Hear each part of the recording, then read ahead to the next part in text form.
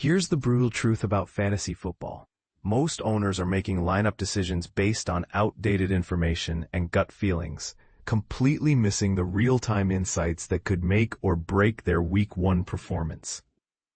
Every Sunday during the NFL's regular season from 12 p.m. to 1 p.m. Eastern Time, ESPN transforms the chaotic world of fantasy football decision-making into a strategic advantage through their live expert consultation session.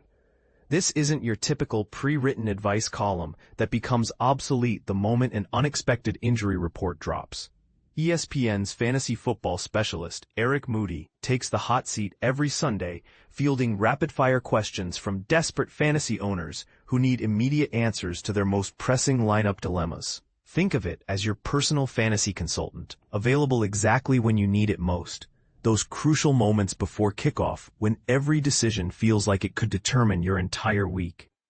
But here's where it gets controversial. With 8 games launching simultaneously in Sunday's early window for Week 1, the traditional approach of setting your lineup on Saturday night and hoping for the best becomes almost reckless. The smart money knows that Sunday morning brings a flood of critical updates. Last-minute injury reports, weather changes, unexpected inactive lists, and coaching decisions that can completely flip the script on who you should start. This live consultation covers the full spectrum of fantasy decision-making that keeps owners awake at night. Should you trust that questionable running back in your flex position, or pivot to the safer wide receiver option?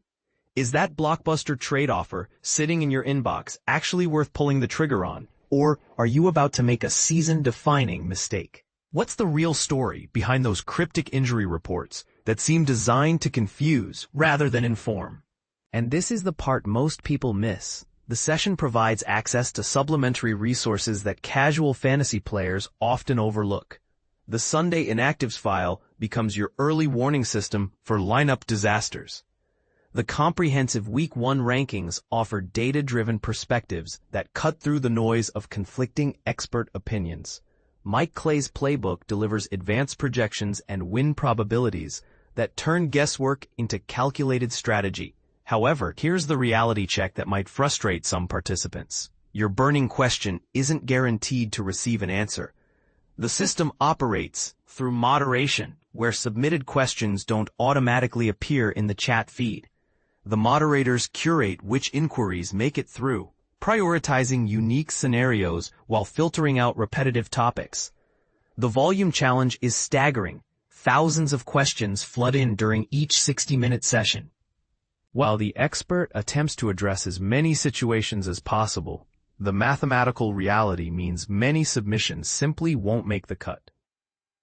This creates an interesting dynamic. The most compelling, specific, or unusual questions tend to rise to the top, while generic, "who should I start" inquiries often get lost in the shuffle. So here's the controversial question that divides the fantasy community.